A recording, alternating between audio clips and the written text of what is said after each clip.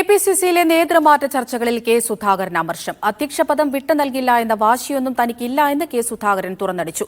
നേതൃമാറ്റ ചർച്ചകളിൽ എഐസിസി തന്നെ ഇരുട്ടിൽ നിർത്തുന്നുവെന്ന വികാരത്തിലാണ് സുധാകരൻ.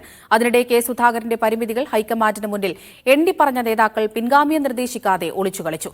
അധ്യക്ഷ സ്ഥാനത്തേക്ക് ആരുടെയും പേര് തങ്ങൾ നിർദ്ദേശിക്കില്ല എന്ന നിലപാടിലാണ് ഹൈക്കമാൻഡ്. നേതൃത്വമാറ്റം അജണ്ടയാക്കി കേരള നേതാക്കളുമായി ദീപാദാസ് മുൻഷി ചർച്ചകൾ തുടരവെയാണ് നേതൃമാറ്റ ചർച്ചകൾ നടന്നിട്ടില്ലെന്നും പദവിയിൽ തുടരണമെന്ന് വാശിയില്ലെന്നും കെ സുധാകരൻ തുറന്നടിച്ചത്. എനിക്ക് ഇത് ഒരു വലിയ ആഡംബരവും അലങ്കാരവുമായി വിട്ടുകൊടുക്കില്ല എന്ന വാശിയിലൊന്നും ഞാനില്ല. ആർക്കും എഐസിസിക്ക് ഏത് പ്രസിഡന്റിനെയും വെക്കാം. ഞാൻ ആ പ്രസിഡന്റിന് സഹകരണം പിന്തുണ എല്ലാം കൊടുക്കും. ഐക്യ സന്ദേശം നൽകാൻ തീരുമാനിച്ചിരുന്ന സംയുക്ത വാർത്താ സമ്മേളനം മാറ്റിവെച്ചതിനെ കുറിച്ചുള്ള ചോദ്യത്തിനും സുധാകരൻ പൊട്ടിത്തെറിച്ചു. എല്ലാ ആളുകൾക്കും അറിയാം, മാധ്യമങ്ങൾക്കും അറിയാം, തിരുവനന്തപുരത്തെ മുഴുവൻ മാധ്യമങ്ങൾക്കും അറിയാം എന്തുകൊണ്ടാണ് എന്ന്. എന്നിട്ട് നിങ്ങൾ ഈ രീതിയിലൊരു വാർത്തയുണ്ടാക്കി പത്രത്തിൽ ഇത് അടിക്കുക എന്ന് പറഞ്ഞാൽ എന്ത് തറവാടിത്തൊല്ലായ്മയാണ്. വി ഡി സതീശനെതിരെ രാഷ്ട്രീയകാര്യ സമിതിയിൽ വിമർശനമുണ്ടായത് പരസ്യമായി സ്ഥിരീകരിച്ചതിലൂടെ താനും പിറകോട്ടില്ലെന്നാണ് കെ സുധാകരൻ നൽകുന്ന സന്ദേശം. അങ്ങനെ സംഭവമൊന്നും ഉണ്ടായിട്ടില്ല. മാനമായ ഒരു ചർച്ച നടന്നിരുന്നു. ആ ചർച്ചയിൽ അനിൽ പങ്കെടുത്തിരുന്നു.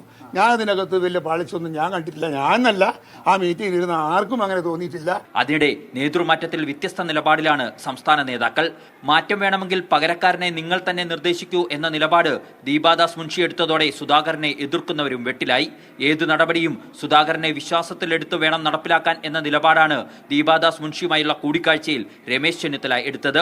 സുധാകരനോട് എതിർപ്പില്ലെന്നറിയിച്ച സതീശൻ കെപിസിസി പ്രസിഡന്റിന്റെ പരിമിതികളും ദീപാദാസ് മുൻഷിയെ അറിയിച്ചു. മീഡിയ 1 തിരുവനന്തപുരം.